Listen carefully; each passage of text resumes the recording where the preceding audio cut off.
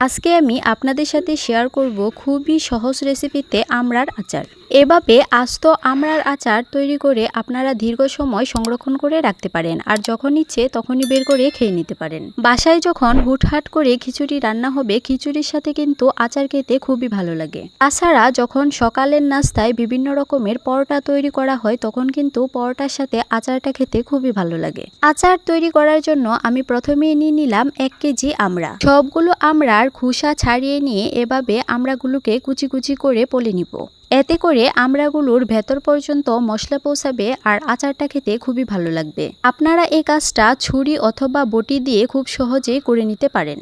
আমি একইভাবে সবগুলো আমড়াকে এরকম কুচি করে নিয়েছি। কুচি করে নিয়ে আমড়াগুলোকে খুব ভালোভাবে পরিষ্কার পানি দিয়ে আমি ধুয়ে নিয়েছি। এবারে একটা প্যানে আমড়াগুলোকে নিয়ে নিব। সাথে অ্যাড করে দিলাম পরিমাণ মতো চিনি, আরও অ্যাড করে দিলাম হাফ চামচ পরিমাণ হলুদ গুঁড়ো। এতে করে আচারের কালারটা আরো সুন্দর হবে। সাথে দিয়ে দিলাম স্বাদ মতো লবণ। সবশেষে এখানে আমি অ্যাড করে দিলাম সরিষা তেল। এবারে একটা স্প্যাচুলার সাহায্যে খুব ভালোভাবে সবগুলো উপকরণকে একসাথে মিশিয়ে নিব। চিনিটা 50% মতো গলে আসা পর্যন্ত আমি সবগুলো উপকরণকে খুব ভালোভাবে মিশিয়ে নিব। তবে আপনারা চাইলে এ পর্যায়ে সবগুলো মশলাকে আমড়ার সাথে মাখিয়ে নিয়ে রেস্টে রাখতে পারেন কিছু সময়ের জন্য। এতে করেও কিন্তু চিনিটা খুব ভালোভাবে গলে আসবে। মোটামুটি অনেকটা পরিমাণ চিনি এখানে গলে এসেছে। এ পর্যায়ে আমি চুলার আঁচটা জ্বালিয়ে দিব। চুলার আঁচটা অন করে রান্না করতে থাকবো আর সাথে অল্প সময় পর পর একটু নেড়েচেড়ে দিব। ঢাকনা দিয়ে ঢেকে দিলাম 2 মিনিটের জন্য। 2 মিনিট জাল করে নিব চুলার মিডিয়াম আঁচে।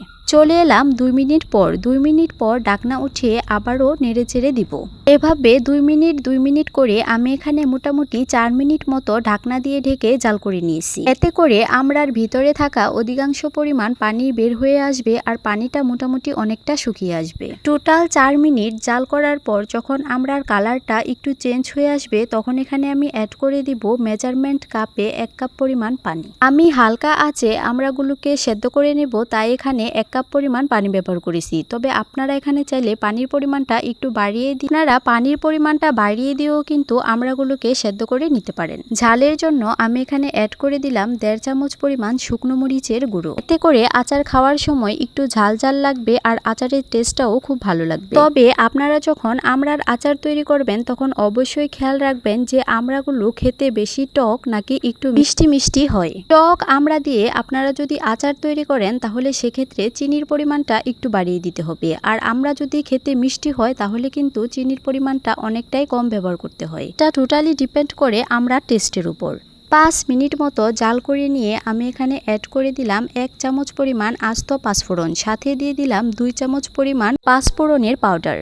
এবারে আচারটাকে জাল করে নেব যতক্ষণ না পর্যন্ত আমড়াগুলো খুব ভালোভাবে সেদ্ধ হয়ে আসে আর পানিটাও পুরোপুরি শুকিয়ে যায়। আচারটা জাল করে নেওয়ার সময় আমি মাঝে মাঝে ঢাকনা দিয়ে ঢেকে দিয়েছি, আবার কিছু সময় পর ঢাকনা উঠিয়ে একটু নেড়েচেড়ে দিয়েছি। আপনারা যখন আস্ত আমড়া দিয়ে আচার তৈরি করবেন তখন ছোট সাইজের বা মিডিয়াম সাইজের আমড়াগুলো নেওয়ার চেষ্টা করবেন। এতে করে আচারটা দেখতেও সুন্দর হয়, সাথে সবগুলো আমড়ার আচারের সাইজ একই হয়। সবগুলো আমড়ার সাইজ একই হওয়ায় আচার তৈরি করার সময় সবগুলো আমড়া একই সময়ে সেদ্ধ হয়ে আসে। এভাবে বাসায় আমড়ার আচার তৈরি করে আপনারা দীর্ঘ সময় সংরক্ষণ করে রাখতে পারেন আর যখন ইচ্ছে তখন বের করে খেয়ে নিতে পারেন।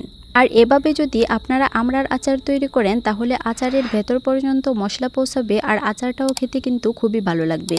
এ পর্যায়ে আমার আচারটা টোটালি রান্না হয়ে গেছে। এখন আমি আপনাদেরকে পরিবেশন করে দেখাচ্ছি যে আচারটা দেখতে কতটা না লোভনীয় দেখাচ্ছে।